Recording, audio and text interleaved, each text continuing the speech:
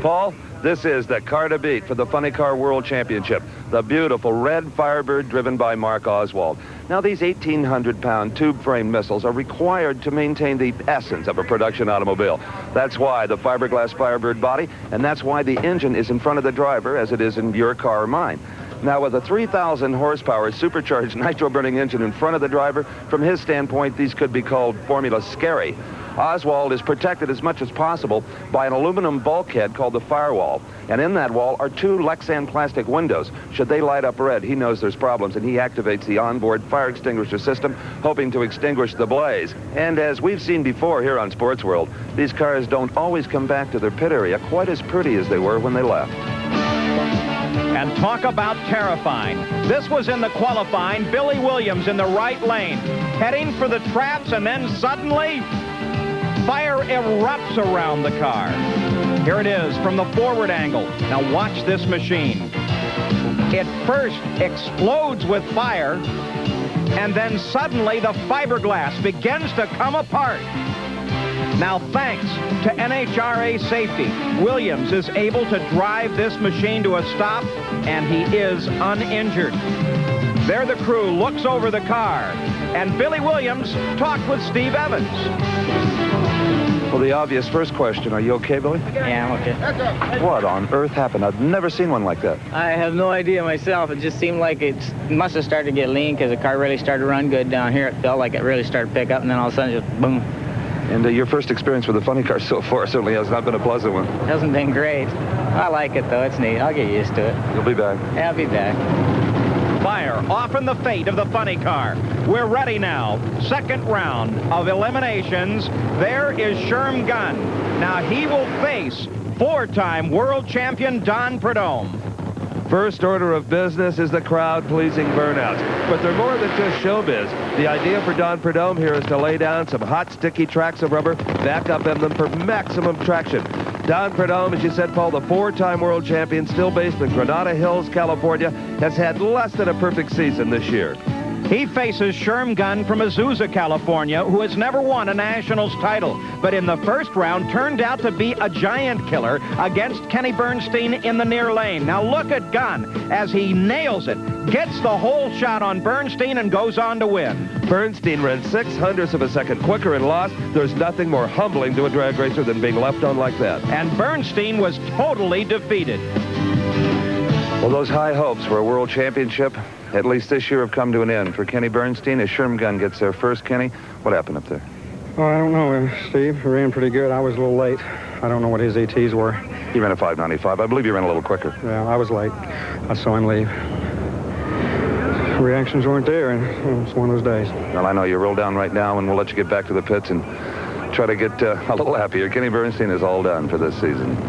Kenny Bernstein, Texas millionaire and restaurateur, takes losing very, very hard. Sherm Gunn is ready. He faces Don Prudhomme, who wins 75% of the time. Well, Don Prudhomme has got to be wondering right now what he's dealing with. Prudhomme saw him get by Bernstein and knows that he better not be late at the starting line or Gunn will drill him just like he did Bernstein.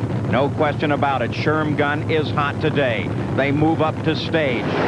Sherm Gunn and Don Prudhomme leave dead even. Sherm Gunn gets near the center line. Prudhomme shuts it off.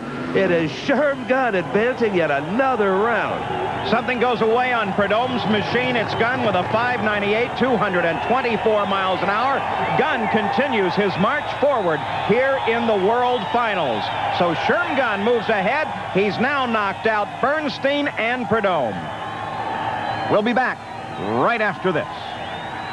Racing as Rick Johnson prepares to face Ed McCulloch. And here, Sherm Gunn is proving to be just a bit of a spoiler. This is the classic case of local boy makes good. You could almost throw a rock and hit Sherm Gunn's race car shop. You've been building these cars long enough for other people. Finally, you get a chance to go beat some of your customers. Finally do. We're having fun. Kenny Bernstein first, now the snake. Wow. Well, we just take them as we can. Of course, your driving is what beat Bernstein. I think it was. We were out on him quite a bit, and I was watching him coming down through here. And he just couldn't pass me. You're going to need more than 590s to continue through this field, though, unless you've got this kind of luck all day. Well, maybe we got a little bit of luck on our side for a change. Somebody once said I'd rather be lucky than good. Really? Thank you. Sherm Gunn, he's having fun. A new face on our Sports World drag racing coverage. Two big names, Bernstein, Prudhomme, fall to Gunn. Now it's Rick Johnson and Ed McCulloch. Rick Johnson just recently took over the reins of this car, owned by Roland Leong. This is only Rick's second national event. Now, his competition is back after a 5-year layoff. That is Ed the Ace McCulloch from Sanger, California, driving the Oldsmobile car owned by Larry Meyer. McCulloch had lane choice by virtue of running the quicker elapsed time in the previous round, and surprisingly, Paul, he takes that left-hand lane. Most drivers with lane choice take the near lane. There's the Christmas tree. They come into the pre-stage condition. Now they're staged. One yellow light, and they're off.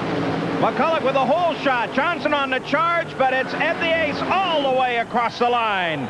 584, 236 miles an hour, but some very expensive-looking smoke coming out of that motor. Indeed, Paul. Here in replay, in the far lane, we see McCulloch. His car noticeably launches harder. Now, McCulloch fell off of his blistering pace in the first round. That was a 5.70, so he slowed down 14 hundredths of a second, no doubt due to an awful lot of piston smoke right at the finish line.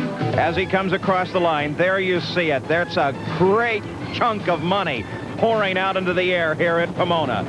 And that brings up Billy Meyer, who still has a chance to take the World Championship away from Mark Oswald. He will face Dale Pulde.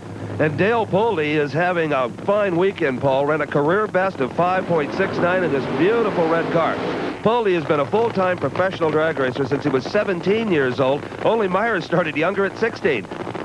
Dale Pulde is willing to spend whatever hours and dollars it takes, Paul, to succeed as a professional funny car racer.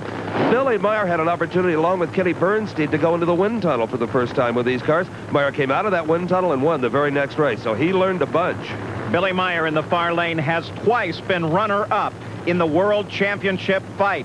He would like to finish this day not as a bridesmaid once again. He can spoil the World Championship for Mark Oswald. But first, he has to get by Dale Pulde. They launch. It is Billy Meyer all the way. Meyer with a 573, 253 miles an hour. And, Paul, Billy Meyer has been equating this day as if it was a football game. And he told me earlier, this is the long bomb. Everybody go long. So Billy Meyer had all the nitro and all the blower boost possible to get by Dale Pulde here.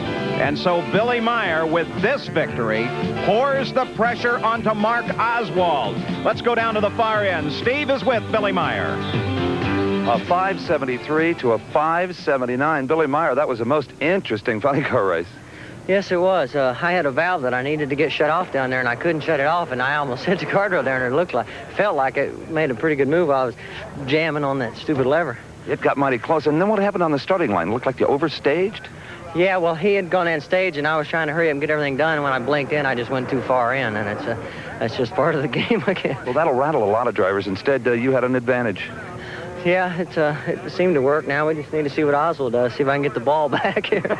So Billy Meyer's Hail Mary pass worked this time. He steps up to a 573. Let's go back to the starting line and see how Mark Oswald is doing.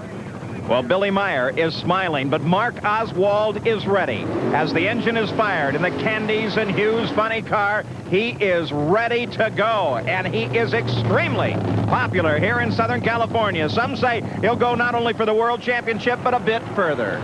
And Mark has a chance to ice the world title right now, Paul. If he can win here and run over 258 miles an hour, he will back up his earlier speed record set in the first round. That'll do it for him. Mark Oswald from Cincinnati, Ohio, could be the world champion in the next few seconds. Of course, he still has to get past Tom McEwen, who is the second man to travel at 260 miles an hour in a funny car. He is a big opponent to Oswald's chance at a world championship at this moment.